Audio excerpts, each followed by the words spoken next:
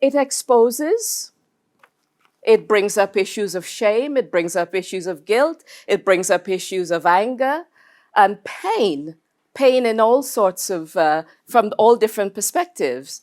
So for some, the attachment to this past, this transgenerational, this intergenerational past, is an avoidant and a detached one. But for others, this painful history has created an enmeshment, an unhealthy connection and relationship with the past. I would even say, in some cases, an over-attachment that causes historical wounds to be continually reopened in the present.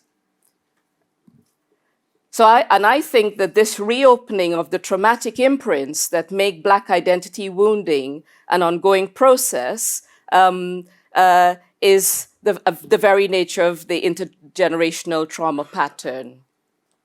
So what I mean by that is, if you or your client or anyone that you're concerned with, if they experience a racial incident in the present, or they experience some kind of a situation where they're slighted because of their race, not only does it open up the pain in that moment, but it may also open up the doors of the pain of the past.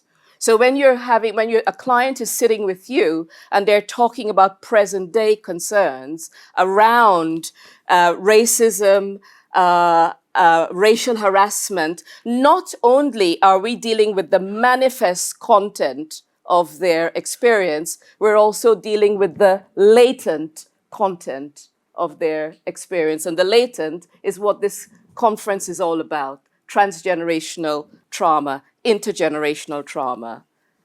Manifest and latent. Manifest and latent. We as practitioners, we have to hold both. We have to hold both.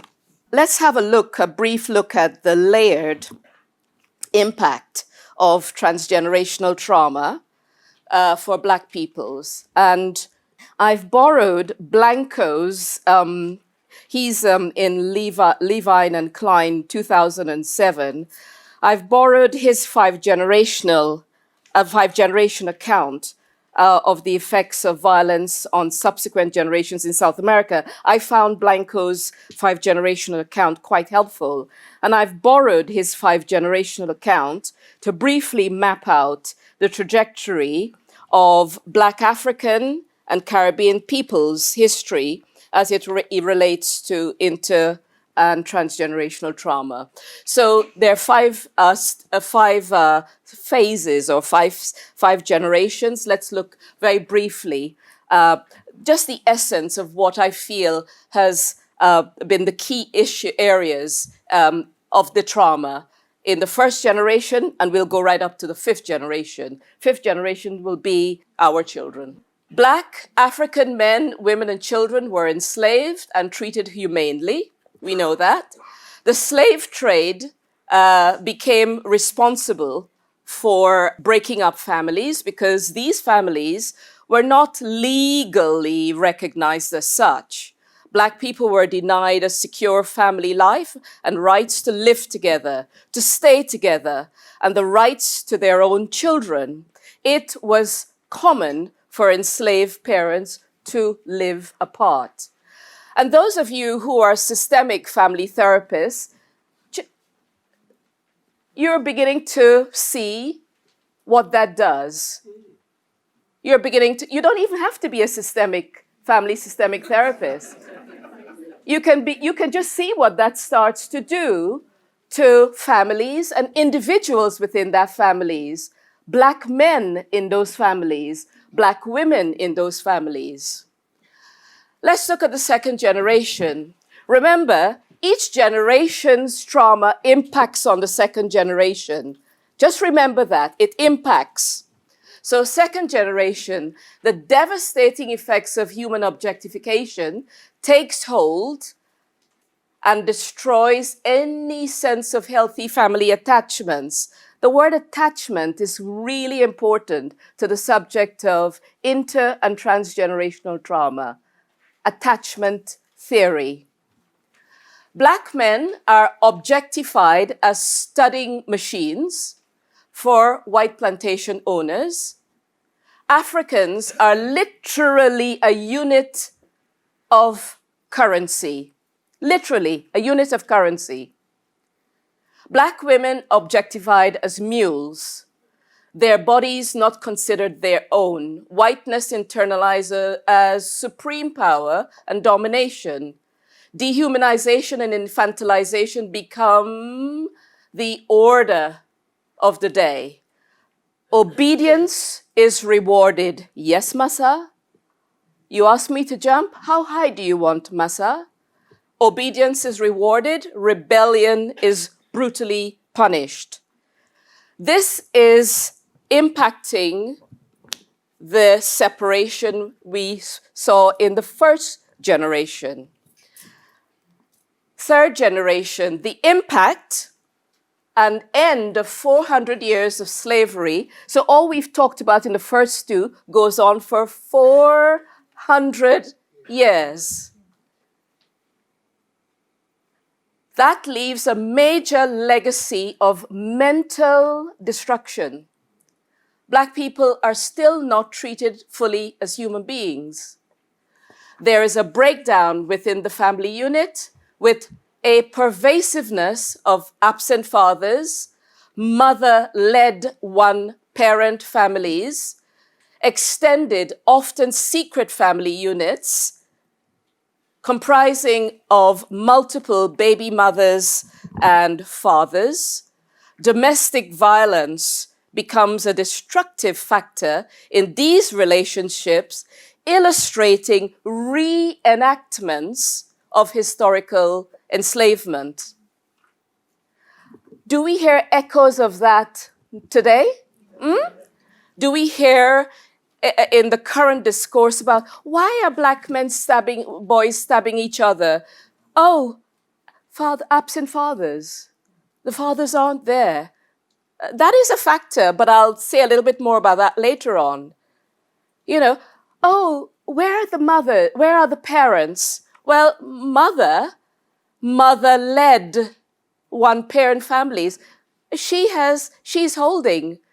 embracing a whole number of roles. And the violence in relationships are really reenactments of historical enslavement. It's a learned way of responding to conflict, to distress, to responsibility. The fourth generation, intergenerational trauma continues to be reenacted and directed at the spouse and children. And this relationship pattern is in turn repeated in styles of parenting, where beatings, put-downs, criticism, shaming, and infantilization become norms for disciplining children. You know, you good for nothing, so-and-so, whack, whack, whack. You know, those kinds of, we know those behaviors. I'm not saying anything that some black people or many black people don't know in this room. Am I right? Disciplining is severe, very severe, very severe. And, you know, we hear some older folk, well, I was beaten, didn't do me any harm, you know. You know, at the time I didn't like it, but it didn't do me any harm. And I'm not saying it's only black people who use physical violence towards or against their children, you know. I'm not saying that. But sometimes when we're focusing on the subject, let's say it like it is. Fifth generation. In this generation, the cycle of violence is repeated and compounded.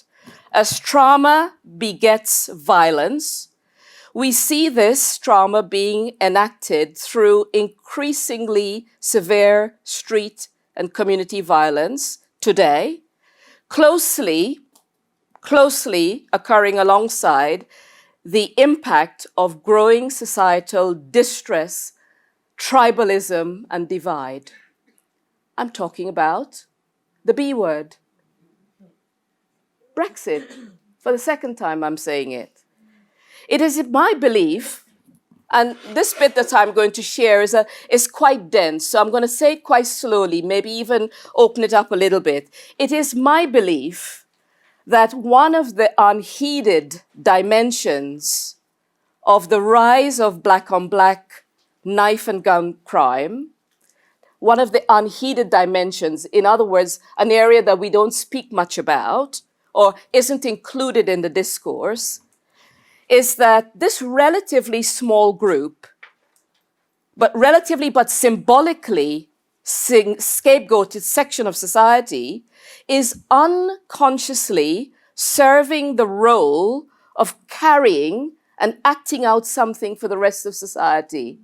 I believe that. That something is society's disharmony, society's division and unrest, the tribalism that we see in politics today,